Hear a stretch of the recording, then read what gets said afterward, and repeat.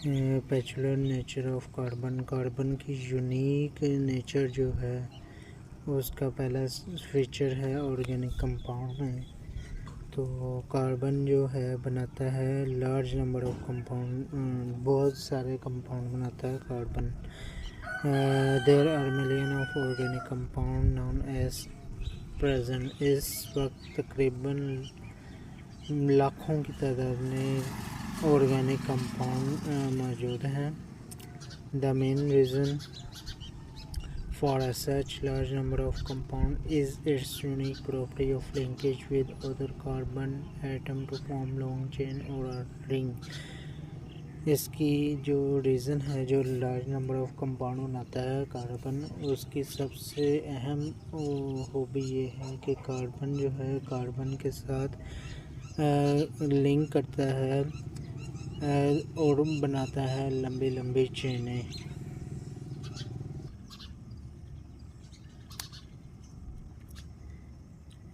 Rings भी बनाता है। This self linkage property of carbon is called catenation. Catenation इसे कहते हैं जो कार्बन एटम के साथ लिंक करता है, सेल्फ लिंकेज क्रिएट करता है, इसे कैटिनेशन कहते हैं। ये शॉर्ट क्वेश्चन भी पूछते हैं, एमसीक्यूज़ में भी पूछते हैं, ये याद रखिएगा। Carbon also forms stable single and multiple bonds with other atoms। जो कार्बन है बॉन्ड तो बनाता है अपने साथ, लेकिन उसके साथ साथ ये सिंगल बॉन्ड भी बनाता है और इसके अलावा मल्टीपल बॉन्ड भी बनाता है दूसरे एटम्स के साथ, जैसा कि ऑक्सीजन है, नाइट्रोजन है, सल्फर है, etc। It can thus form numerous compounds of various size, shape and structures।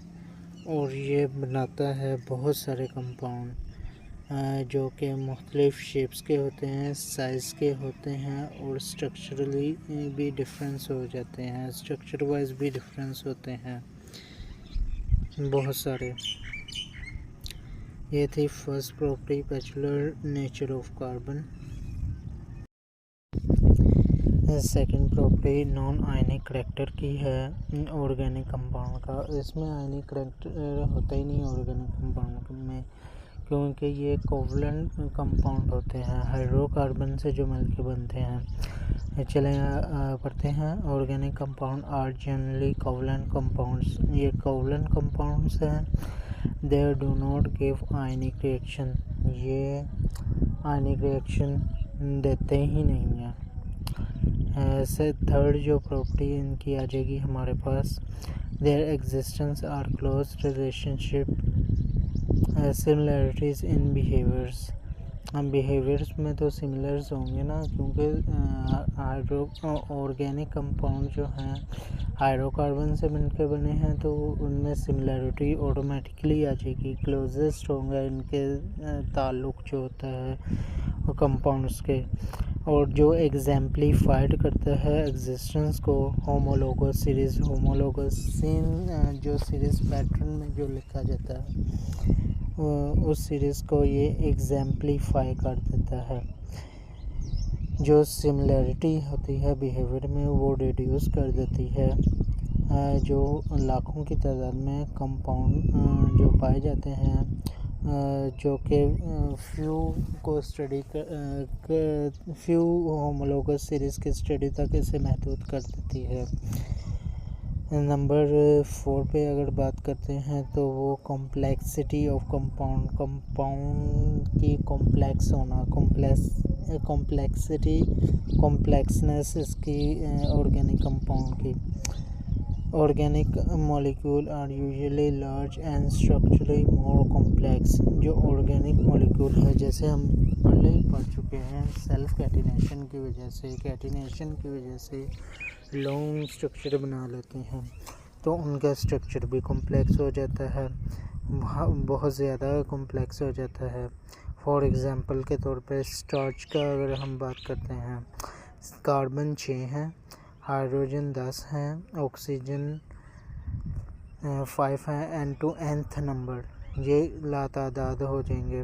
Where nth में भी several thousand Protein are very complex molecule having molecular masses ranging from a few thousand to millions to a millions. ये थी fourth property.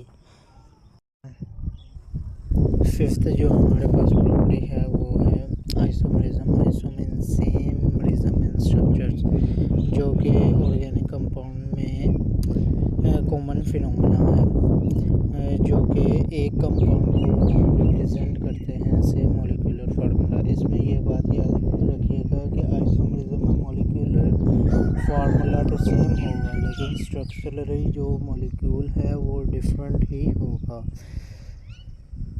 However, they have different structural formula।